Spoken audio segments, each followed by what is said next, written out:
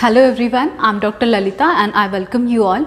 In this video we are going to talk about chi-square test, each and every concept about chi-square test, types of chi-square test and what are the various requirements to apply chi-square test on any problem. So let's discuss one by one. So a chi-square, chi is basically it is a Greek letter.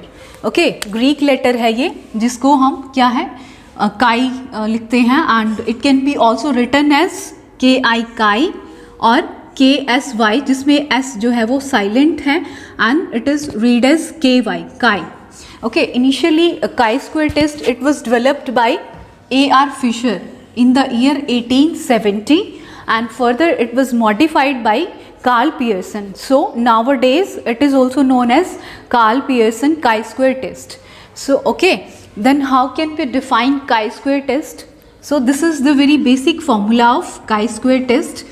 Observed frequency minus expected frequency whole square divided by expected frequency. Okay, so we can define chi-square test from this particular formula only, that it is the deviation of whole square of observed frequency minus expected frequency divided by expected frequency.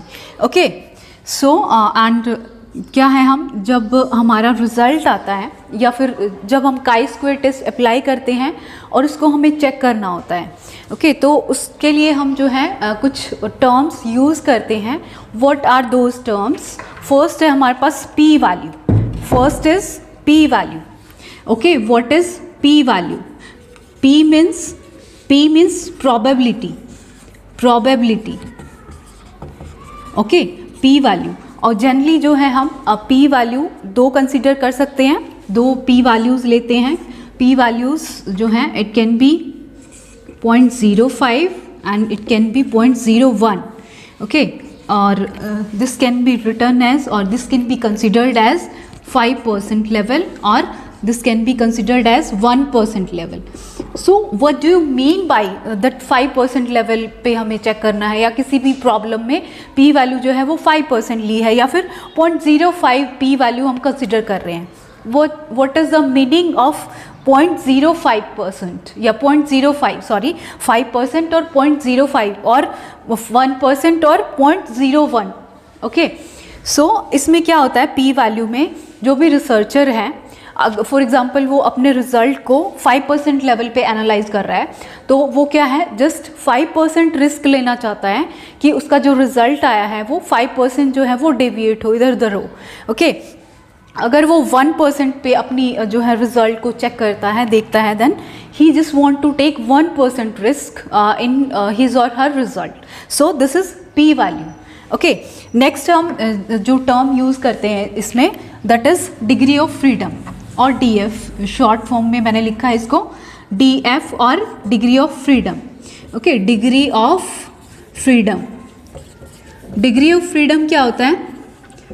Degree of freedom is जो भी हमारे पास total number of samples हैं, it is degree of freedom is always less than 1 in the total number of population. For example हमारे पास total number of population का size है जो है वो n है, तो डिग्री ऑफ फ्रीडम क्या होगा? n-1. DF would be n-1. Okay, for example 10 है हमारे पास total number of samples, population का साइज या फिर जो फ्रीक्वेंसी है टोटल इट इज़ 10 है हमारे पास, तो डिग्री ऑफ फ्रीडम कितना होगा? It would be 10-1, it would be 9. Okay, so जो काई स्क्वायर टेस्ट होते हैं हमारे पास दो तरह के काई स्क्वायर टेस्ट हैं, ये हम आगे डिटेल में डिस्कस करेंगे. सो जो काई स्क्वायर टेस्ट है it is of 2 types. First जो है हमारे पास इंडिपेंडेंस टेस्ट है, test for independence attributes, and second is test of goodness of fit. Goodness of fit. Okay, तो सो गुडनेस ऑफ फिट वाला जो टेस्ट है उसमें जो हम डिग्री ऑफ फ्रीडम निकालते हैं it is always less than 1. ठीक है, it would be always less than 1. जो भी टोटल हमारा सैम्पल साइज है उससे 1 जो है वो लेस देन 1 हमारा क्या होगा? Degree of freedom. But in case of independence attributes जो हमारा सेकंड टेस्ट है that is test of independence attributes, उसमें हम डिग्री ऑफ फ्रीडम जो है वो अलग फॉर्मूला से कैलकुलेट करते हैं। And what is that, it is row minus 1 multiply column minus 1। Okay, for example row हमारे पास 2 रोज हैं, -1 and there are also 2 columns, 2 minus 1 and 1 into 1, our degree of freedom would be 1. Okay, so this is degree of freedom. जब क्या है हम chi square की value निकाल लेते हैं, कैलकुलेट कर लेते हैं, जब हमें उसको मैच करना होता है, चेक करना होता है, हमें कंक्लूजन देना होता है, हमारे रिजल्ट को एनालाइज करते हैं, तब क्या है हम ये दोनों वर्ड्स यूज़ करते हैं, that is P value and degree of freedom. Okay, so अब क्या है हम काई स्क्वायर हमने क्या है निकाल लिया, काई स्क्वायर की वैल्यू जो है हमने निकाली, कैलकुलेट कर ली। अब हमें उसको एनालाइज करना है कि हम चेक करेंगे कि हमारी काई स्क्वायर की जो वैल्यू है वो क्या है टेबल वैल्यू से ज़्यादा है तो क्या हमारा कंक्लूज़न होगा, अगर टेबल वैल्यू से कम है तो क्या कंक्लूज़न होगा। ठीक है, व्हाट इज़ टेबल वैल्यू, एक टेबल होती है, हमें या तो आपके क्वेश्चन पेपर में इसकी वैल्यू दी होगी ऑलरेडी, या फिर आपको वो जो है टेबल प्रोवाइड कर देंगे दैट आप for example 1 degree of freedom पे और 5% क्या है पी वैल्यू पे काई स्क्वायर की वैल्यू देखो। इट इज़ अ कांस्टेंट होती है वो टेबल में ऑलवेज। तो क्या है हमारे पास फॉर एग्जांपल जो टेबल वैल्यू है काई स्क्वायर की टेबल वैल्यू, अगर क्या है टेबल वैल्यू लेस है हमारी कैलकुलेटेड वैल्यू से, जो हमने कैलकुलेट की है, जो भी हमारे सामने प्रॉब्लम थी, कोई रिसर्च प्रॉब्लम या जनरल प्रॉब्लम, कैलकुलेटेड वैल्यू से अगर टेबल वैल्यू कम है देन जो रिजल्ट होगा it would be significant. Okay, significant होगा वो, result would be significant. Okay, next आते हैं हम व्हाट आर इट्स एप्लीकेशंस, कि कहाँ कहाँ जो है हम काई स्क्वायर टेस्ट को अप्लाई कर सकते हैं, what are its various applications. Okay, so chi square test it can be used to find significance difference in 2 or more than 2 proportion। For example हमें 2 प्रोपोर्शन दिए हैं या 2 से ज़्यादा प्रोपोर्शन दिए हैं, अगर हमें क्या है उनके बीच में सिग्निफिकेंस डिफरेंस या क्या डिफरेंस है दोनों में, अगर वो फाइंड आउट करना है तो हम क्या है वहाँ पे काई स्क्वायर टेस्ट को अप्लाई कर सकते हैं। सेकंड क्या है एसोसिएशन, कि कोई भी 2 एट्रीब्यूट्स हैं, फॉर एग्जाम्पल जेंडर है, फीमेल है, मेल है, वो कितनी एसोसिएटेड हैं, या कलर है, स्किन कलर है, या कुछ भी जो भी एट्रीब्यूट्स हैं या वेरिएबल्स हैं वो आपस में उनका कितना एसोसिएशन है, ये हम क्या है एनालाइज कर सकते हैं by using chi square test. Okay, so this is first application. Second, हम एसोसिएशन को क्या है कैलकुलेट कर सकते हैं, एनालाइज कर सकते हैं। Third, test of goodness of fit, कि गुडनेस ऑफ फिट क्या है कि कितना फिट है वो जो डाटा है वो कितना फिट है। ओके, ये हम इस टेस्ट को डिटेल में डिस्कस करेंगे। ठीक है, नेक्स्ट हम बात करते हैं व्हाट आर रिक्वायरमेंट्स, कि हमें काई स्क्वायर टेस्ट को अप्लाई करने के लिए किसी भी प्रॉब्लम पे व्हाट आर बेसिक रिक्वायरमेंट कि हम उस प्रॉब्लम पे काई स्क्वायर टेस्ट अप्लाई कर सकें।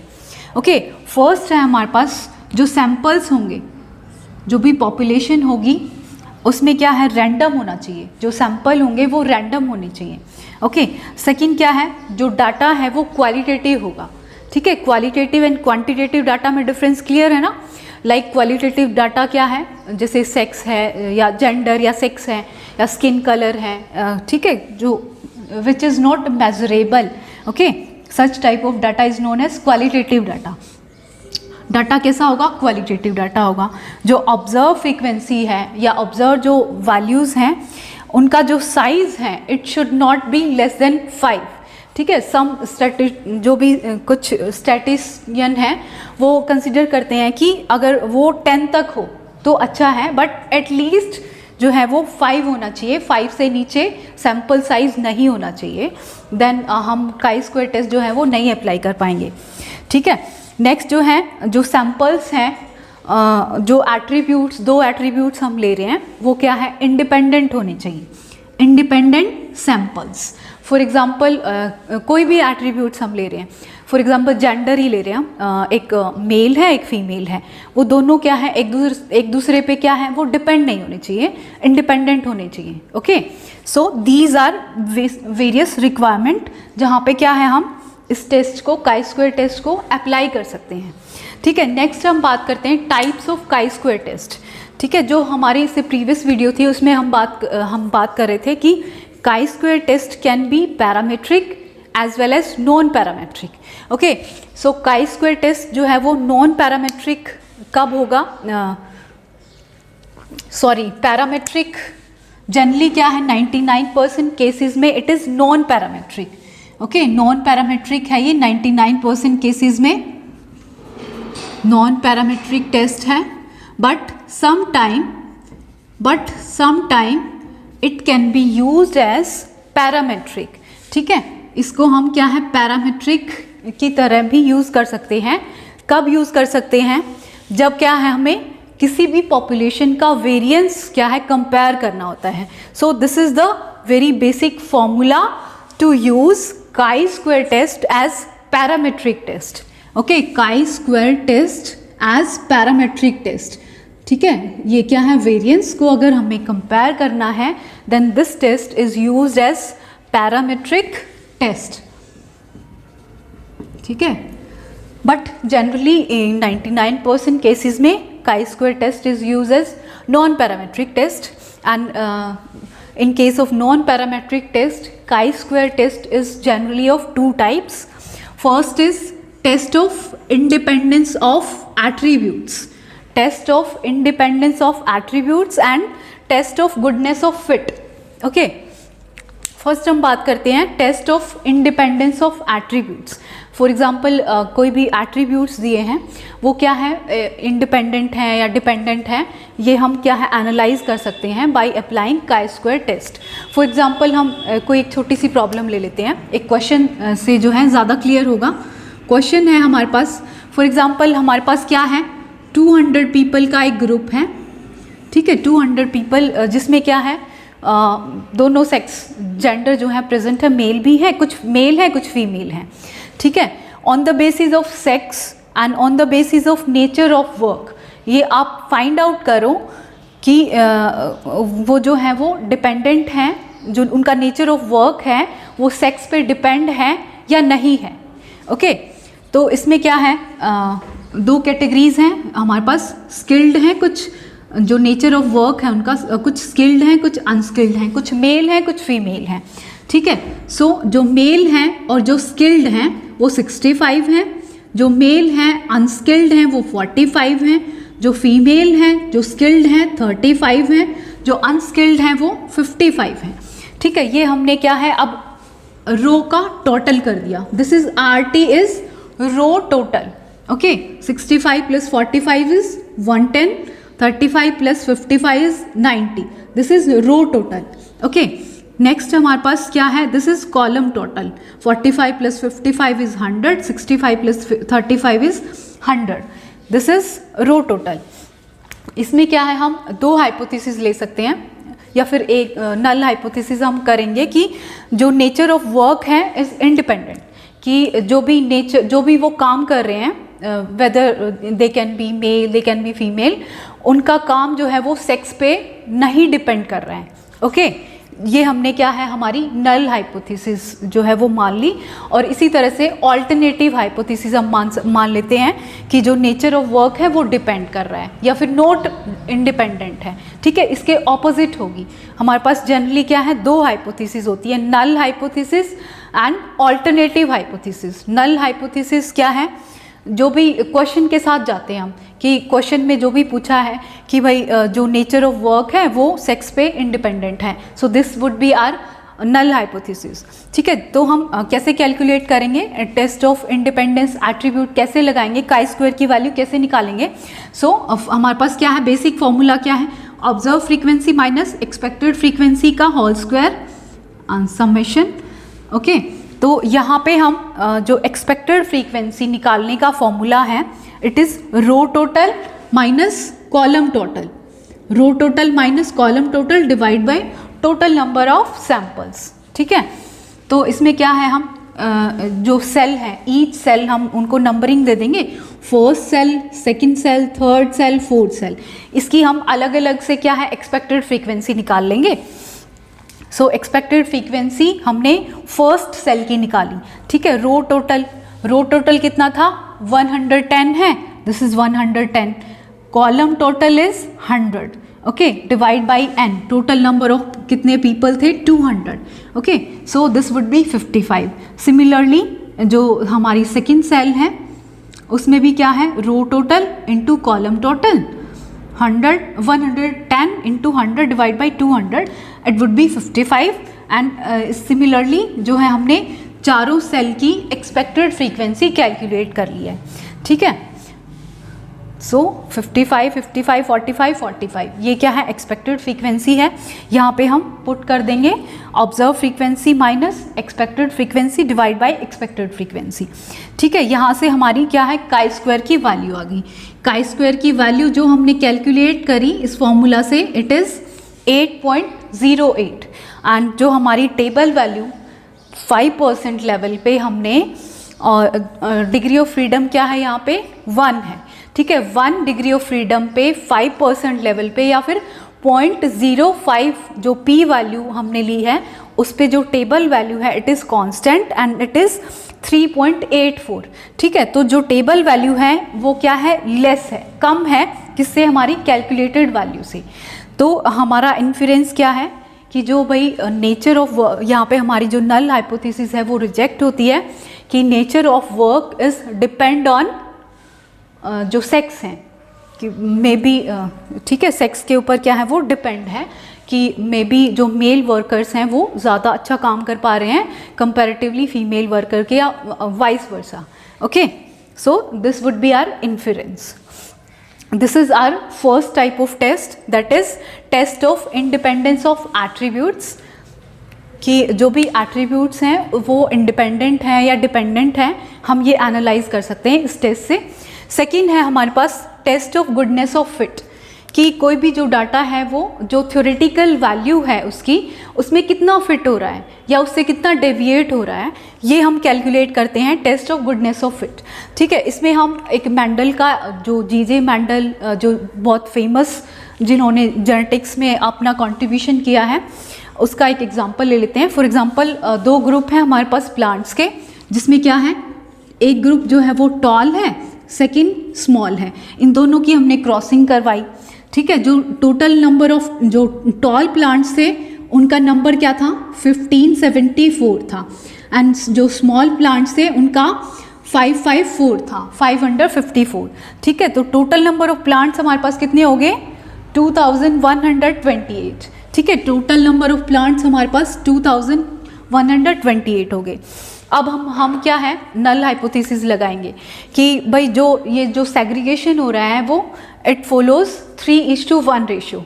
ओके, जो मैंडल का फर्स्ट लॉ था उसको फॉलो कर रहा है, ये 3:1 रेशियो में ये सेग्रीगेट हो रहे हैं।